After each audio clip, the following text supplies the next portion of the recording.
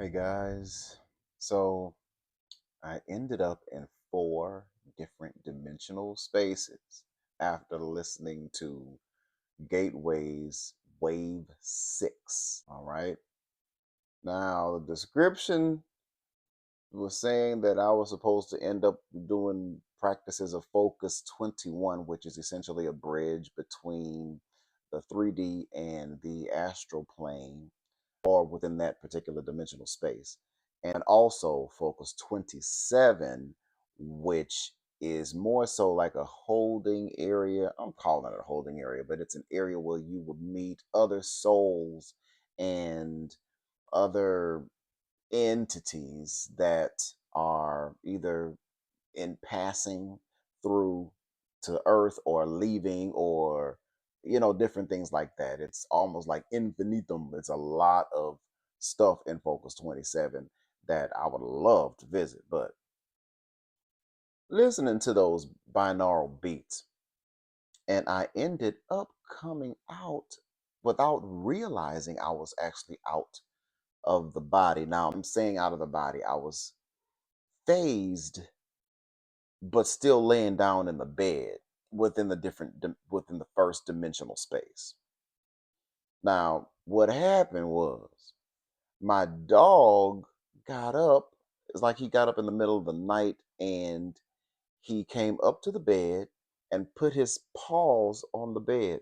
And I was, well, on my chest, like across my chest, like so. And I'm thinking to myself, this dog, you better get your ass back in the bed because it ain't time to get up yet. I was thinking like, I know this damn dog ain't up, but I didn't realize at the time that I was not in Kansas anymore. But I should have realized because my dog has been dealing with some vestibular issues, and he's getting over it at this point. But he has not been able to just jump on the bed like that. So I'm taking it to mean that it was within the etheric plane. I had already phased in the etheric plane, and he had covered me kind of like this with his paws. I had to look up what the hell does that mean because according to what I read, pets are can be stabilizers, energetic stabilizers, energetic grounding units, if you will. So it's a very strong possibility that my energetic or subtle body was a bit on the erratic side. So he hopped up to kind of stabilize and kind of keep me in place a bit because I was in flux. I ended up in that particular dimensional space. Now, the issue with that particular dimensional space was, well, I did not really have a chance to explore because, again, I didn't realize I wasn't in Kansas anymore. I wasn't in the 3D. So naturally, I thought, there's no point in taking off my blindfold, my little eye mask, and doing all of this.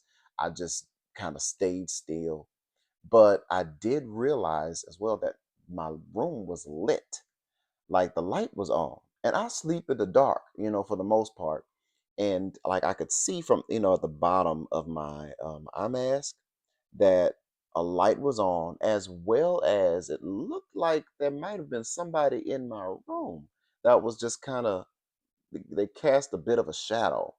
I didn't wasn't scared or anything, but it was just kind of like, what? Like, now I do recall another OBE, the very, very similar to that one. Again, my dog got up and whatnot. This time he wasn't on top of me like that.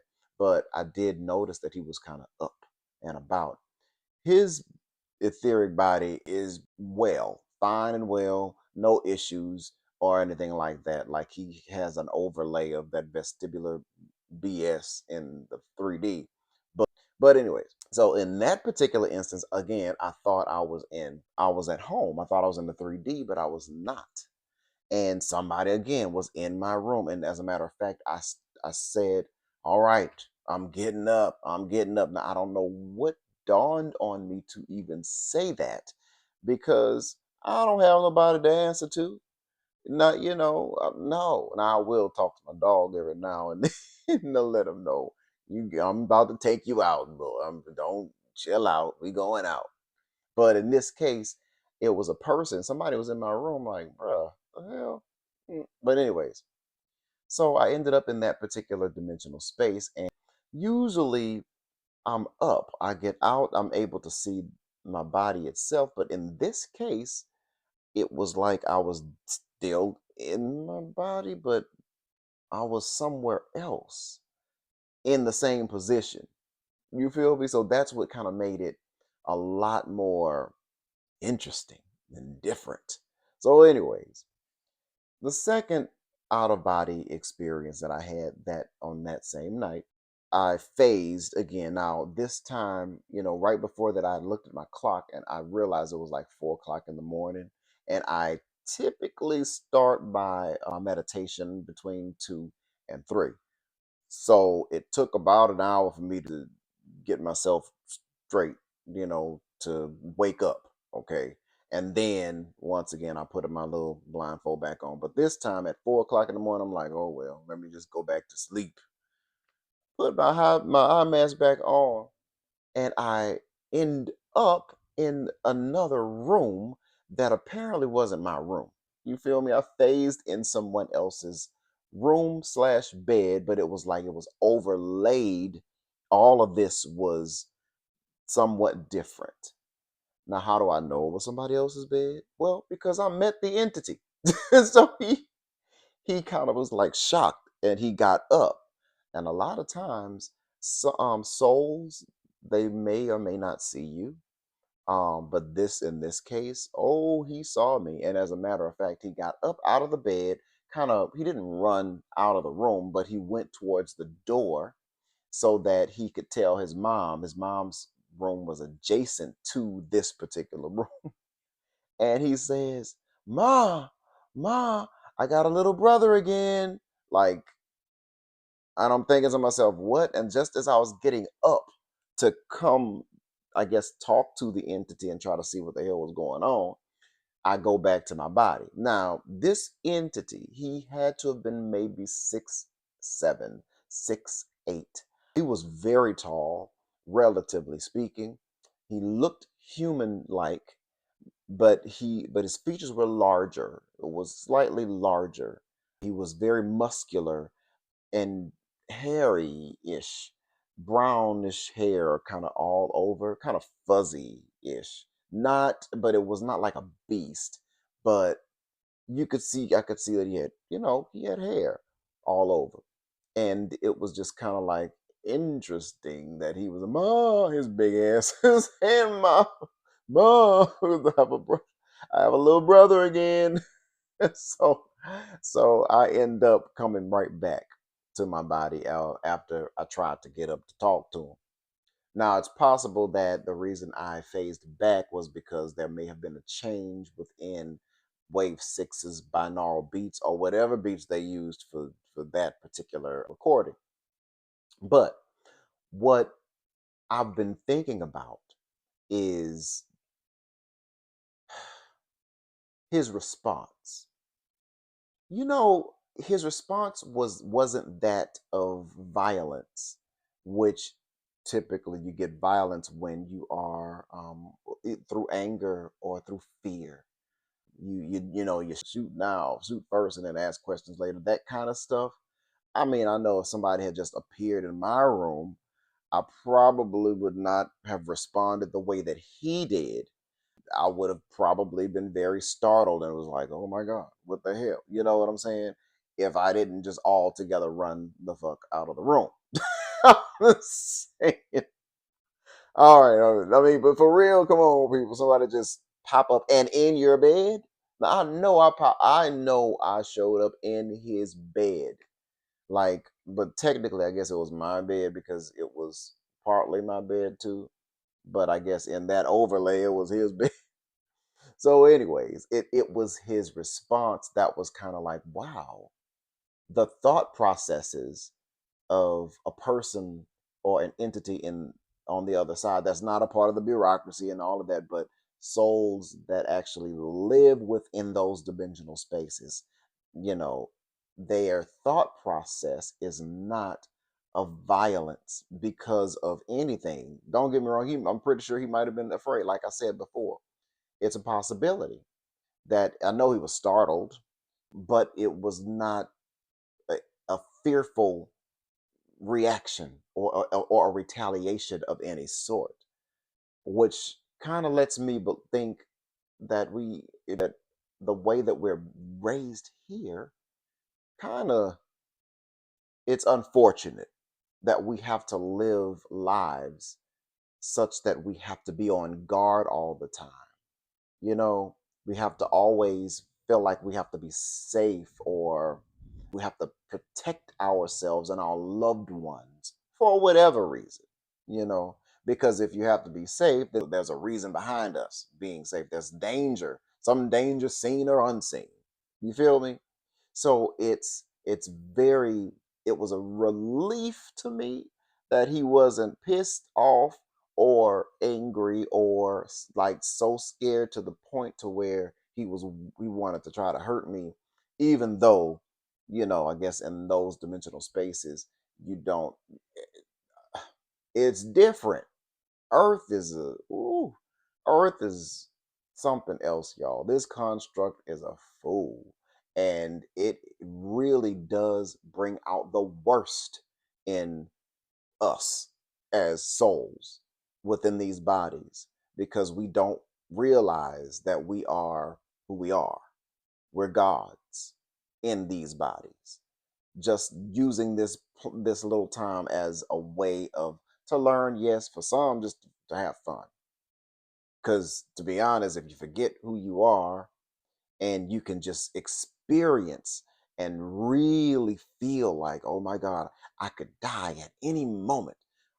The adrenaline rush of that, you know what I'm saying? To us, is kind of like, who wants to do that? Because we don't even realize that who we are. Most of us don't realize who we are. But, you know, to us on the other side, those that know or that can recall who they are, this is just a game and treat it as such.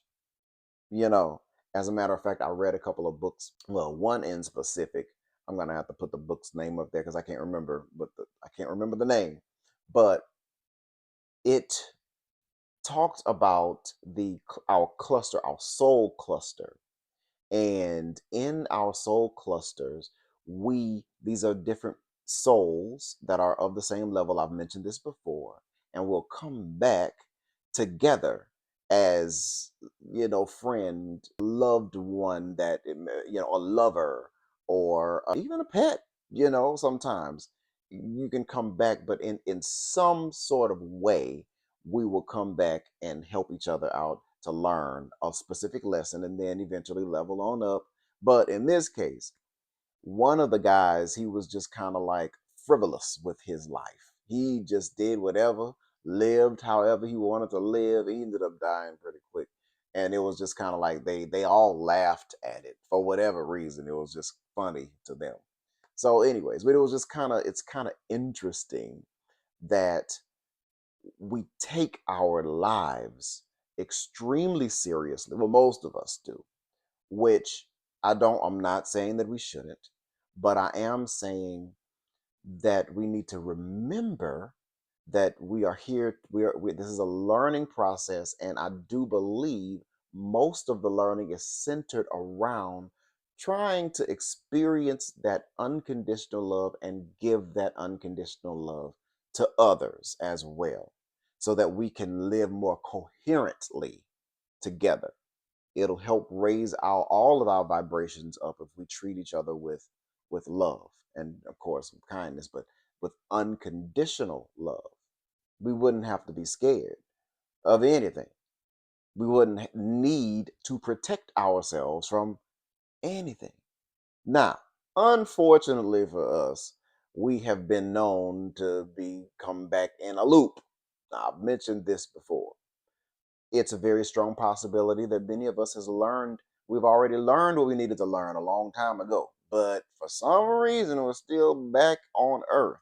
And of course, That's the bureaucracy and all of that, and the when you come out and then you have to go to we go back to the life review, and it reviews your life and talks about how you may or may not have hurt somebody, and that kind of stuff. And somehow it's like we always tend to have done something to somebody that's some sort of a karma that comes back on us and makes us feel like we owe somebody something and we have to come back to earth, and so on and so forth. And obviously we make a decision to come back because we're back here, as you can see. So now I understand the issue. A lot of people don't like to talk about that kind of stuff, but knowing that there's a way out of that, go through, it's fine, go through the life review if you'd like to, but you don't have to come back to earth. You don't. All right, now I know I kind of went off on a tangent, but it's kind of like that. There's only so much you can learn after 900 lives here. You feel? It's like, and then you forget. You feel me?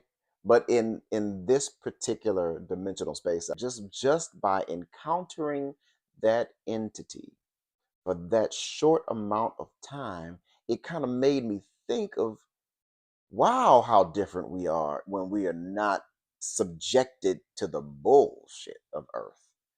It's just, you know what I'm saying? Yes, there are some beautiful times and beautiful moments and beautiful people and beautiful situations that we can experience here, you know, but ultimately the only way to really get to know who you are, well, first you got to remember that you're not flesh. You are not a physical being, and a lot of people don't even realize that until it's, I'm going to say too late. No, I want to say it's too late, but before they can determine whether or not they need to come back to earth, you don't need to come back if you don't want to come back. You know what I'm saying? So, anyways, again, tangent. So, in that dimensional space, I met the big tall guy that said I was his little brother. Beautiful, wonderful. So, I go back to my body. I'm still listening to the binaural beats. And then all of a sudden, I wind up on a couch. Now, again, it's the same similar room, except back there is a dining room. Very nice place. I mean, look a hell of a lot better than my room. So I'm sitting up here on the couch and I have this cover, like this little, like a throw cover. And I just lean back on the couch and I'm just looking around and I see another soul who is in the house. And there was a window that was straight ahead. So that was like so the couch is over here, television on that side, straight ahead is a window. Behind me is a dining area, kind of like a kitchen type area. So anyway, so the guy walks up and I'm looking at him like, and I'm thinking to myself, now I don't know why, I'm gonna be honest, I did this, but I did. I was thinking to myself, I'm scared. I'm probably gonna scare the mess out of him because he don't even realize I'm here. That was going on through my mind. So I go, I scare him. And baby, he just went, he ran and then ran towards the window. So I get up from the sofa and I come behind him. I was like, I scared you, huh? And then he acted like, he's like, no, I was just looking out of the window at something he said. And I'm like, yeah, okay. I didn't scare you, but clearly he was scared. But his response was such that, again, it was not of like malice, anger, violence. It wasn't quite like that. So this led me also to believe that it's a possibility I may have very well been in that particular house. I didn't get the idea, the feeling that it was just his house. I believe it's a very strong possibility that it was my house too. So I'm thinking maybe we were family members. I don't know. But it seemed like he knew me, and it wasn't like he was so shocked that I was there. It was like I was always there. You feel me? So anyway, so that was a whole nother dimensional space. And again, no violence, no bullshit. So then I come back to the body. Then I get up again. This time it was a smaller room, but it was very modern looking.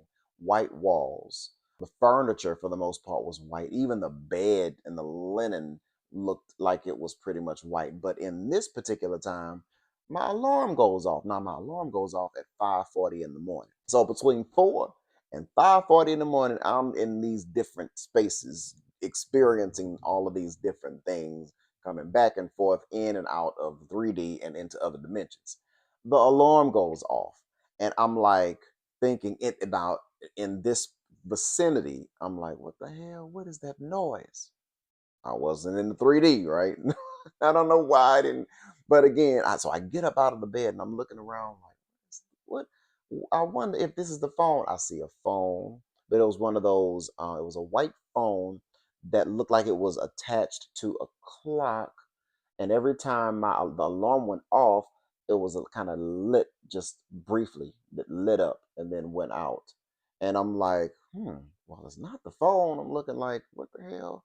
What's ringing like that? And oh well. And then all of a sudden, I go back to my body and I hear my alarm still going off. Now, all of this occurred again, but well, the alarm, that part seems like it occurred within maybe a minute or two, because typically my alarm goes off at a certain point. After about a minute of going off, it doesn't keep going off. It just cuts out. So I have it kind of set up that way.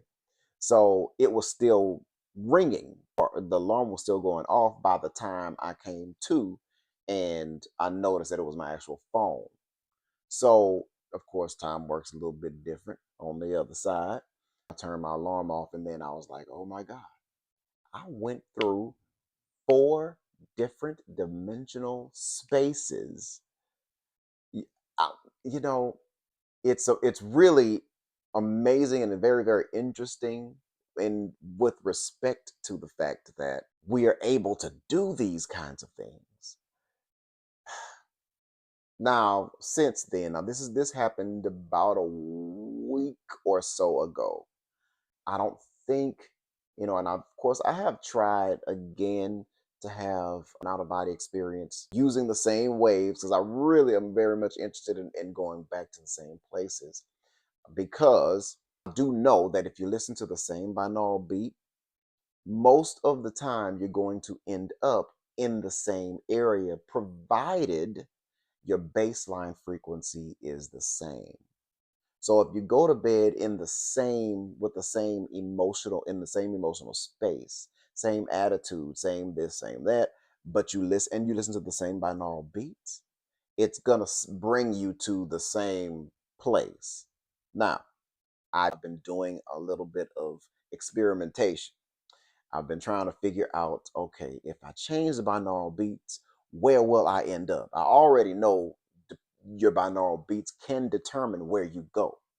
Now, specifically, it's not the beat itself, but it is the lower frequency called the carrier wave. All right, everything is contingent upon the carrier wave, which is the lower note that you're listening to. All right, I'm calling it a note because it's a sound. Okay. All right, so if I'm listening to 400 hertz, whatever that frequency sound is in one ear, and then I'm listening to 404 hertz in the other ear, your brain, it puts it together to form one coherent or harmonic sound wave. So that's 4 hertz. It takes the difference between the two and creates the 4 hertz. Now, the reason why we use 4 hertz, of course, is it puts the body to sleep.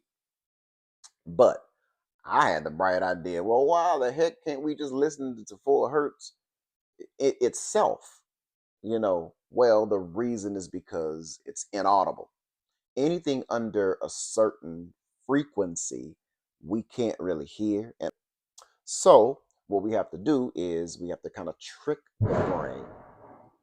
Well, it's raining over here, quite a bit of thunder and lightning, but hey, the show must go on. So anyway, so what you can do is you can take a 500 hertz frequency, sound frequency, and then you can take a 507 hertz sound frequency. You put them two together, one on one ear, one on the other, and then the brain will put them together. And the difference between the sounds will be your binaural beat. Okay. Right there in the middle, it will be 507 minus 500 will be just 7 hertz. So that's how that works. So the slower frequency, if you will, is the carrier wave, which will basically let you know, it dictates where you end up going in the astral plane, in the etheric plane, in the wherever. And of course, that along with whatever baseline frequency you are, all right, at that particular time. If you're extremely happy, you'll probably end up somewhere in the higher levels of the astral plane or maybe even beyond. If you're real sad and just pissed off at the world, or if you're in something, if you're neutral, then chances are you'll end up just coming out within the etheric plane, but you would end up in the same general area. You feel me? That's how that works. Okay. So I had a nice little experience, y'all. And I do plan to continue my exploration. I was going to do another video about a little podcast that I've been listening to or that I listened to, but I'm going to save that for a whole nother time, y'all. But I certainly hope that there was something that was said today that may have kind of piqued your interest. Y'all change them binaural beats so you can go to different places, or at least change the carrier wave. You can still listen to 400 hertz, but either bring it lower. You can lower the carrier wave so you can do 100 hertz over 104 hertz, and then you'll end up somewhere else.